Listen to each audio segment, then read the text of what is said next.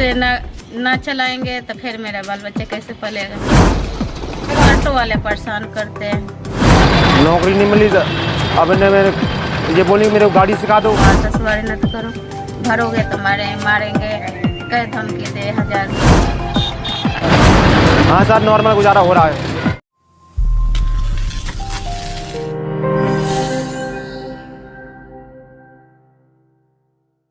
फरीदाबाद की भारत कॉलोनी में रहने वाली 35 वर्षीय दिव्यांग ममता देवी समाज में रहने वाली उन महिलाओं के लिए मिसाल बन रही है जो महिला अपने पति या पिता की मौत के बाद अपने आप को असहाय महसूस करने लगती है और जिसके बाद या तो वो सुसाइड कर लेती है या फिर दूसरों पर आश्रित होकर अपना जीवन यापन करने के लिए मजबूर हो जाती है। आपकी स्क्रीन पर दिखाई दे रही ये तस्वीरें दिव्यांग ममता की, जो अपने पति की मौत के बाद ई रिक्शा चलाकर अपना जीवन यापन ही नहीं कर रही बल्कि अपने बच्चों की हर उस जरूरत को पूरा कर रही है जो बच्चों को चाहिए। क्या नाम है जी? ममता जी। ममता जी, ये बताइए कि आप जो ई रिक्शा चलाते हैं, क्या वजह है, क्यों चलाते हैं, कब से चलाते हैं? ये हो गए आपके 7 महीना हो गया, घर वाला खत्म हो गए, इसी वजह से में चला रहे हैं बाल बच्चे पालने के लिए। तो कैसे शुरुआत हुई इसकी, कैसे आपने सीखा है, क्या सोचा था चलाने के लिए? पहले सीखे थे, पहले कंपनी में काम करे थे, उसके बाद में मोटापा से मतलब दूसरे बार छोड़ दिए तो ना लिए कोई, तो गाड़ी अपने चलाने के शुरू कर दी। तो अब किस तरह से चलाते हैं, कितना कमाई हो जाती है दिन में, किस तरह? यही 500-600 रुपया हो जाए। तो किस तरह के हालात रहे जब पति आपके एक्सपायर हो गए, उसके बाद किस तरह से आपने इसको चलाना सीखा? फिर आपने पहले सीखे थे 2-3 शुरुआत महीना लगा। कैसे किया, किसने सिखाया आपको? मेरा देवर सिखाए थे। अब रिक्शा अपना जो चलाते हैं आप कहाँ पे चलाते हैं, किधर जाते हैं? बाईपास 29 से लेके बड़कल तक। तो कोविड में किस तरह की परेशानियां रही कि जो आपने रिक्शा चलाने का फैसला लिया? भैया मेरा यही है कि मतलब खाने पीने की दिक्कत परेशानियाँ है, बाल बच्चा पालने के, अब लड़की बड़ी हो गए, इस वजह से भाई शादी ब्याह करना है। छोटा छोटा लड़का है, 5 साल के, एक 4 साल के, एक 9 साल के, लड़की 17 साल के है। मूल रूप से बिहार के छपरा जिले की रहने वाली ममता करीब 12 साल पहले अपने पति के साथ फरीदाबाद आई।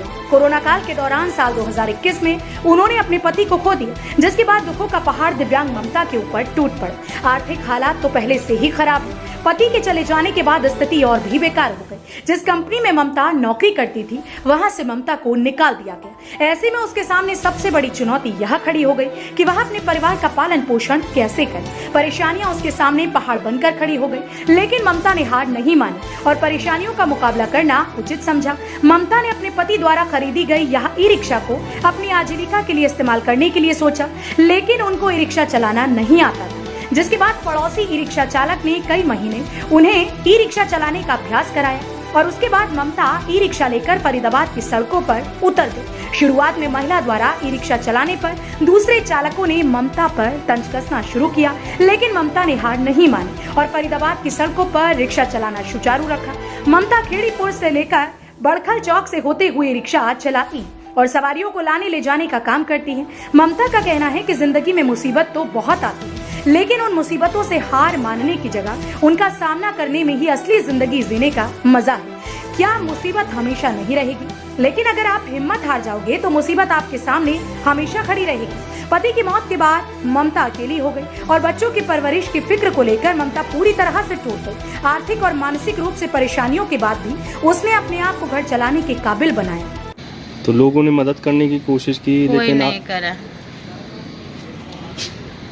क्या कहना चाहेंगे उन महिलाओं के लिए? बहुत सारी महिलाएं ऐसी हैं जिनको आपकी इस कहानी से प्रेरणा मिल सकती है। बहुत सारी महिलाएं हैं। यही कहेंगे कि भाई सब कोई के हिम्मत होए, सब कोई कमाने की कोशिश करे, किसी चीज का जी दिक्कत परेशानी हो आगे बढ़ने की कोशिश करे।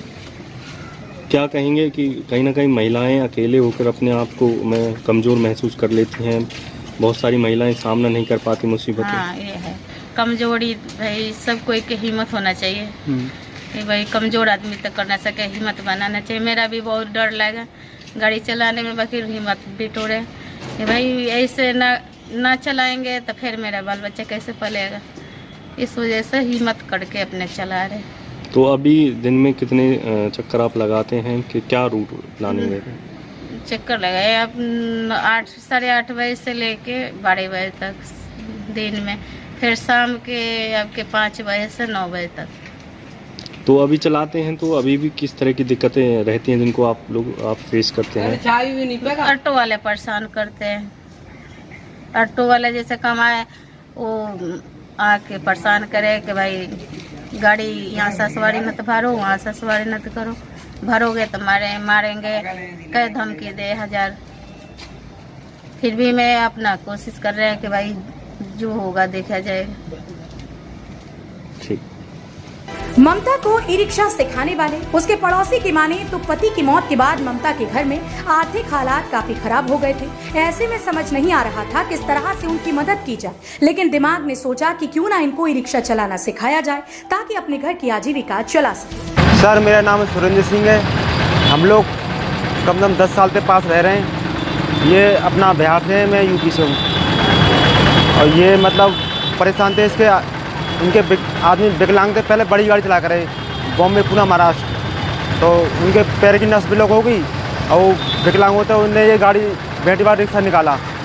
तो जब ये घर पर रहती थी का, तो अब उन्हें 3 साल चलाया। 3 साल के बाद ये बेचारे ख़त्म हो गए। 3 साल बाद कोविड में ख़त्म हो गए। ख़त्म होने के बाद फिर इनका ये बोली कि अब इन्हें कंपनी में नौकरी नहीं मिली थी कोई भी है। उस समय कोविड में बहुत महामारी चल रही थी, नौकरी नहीं मिली।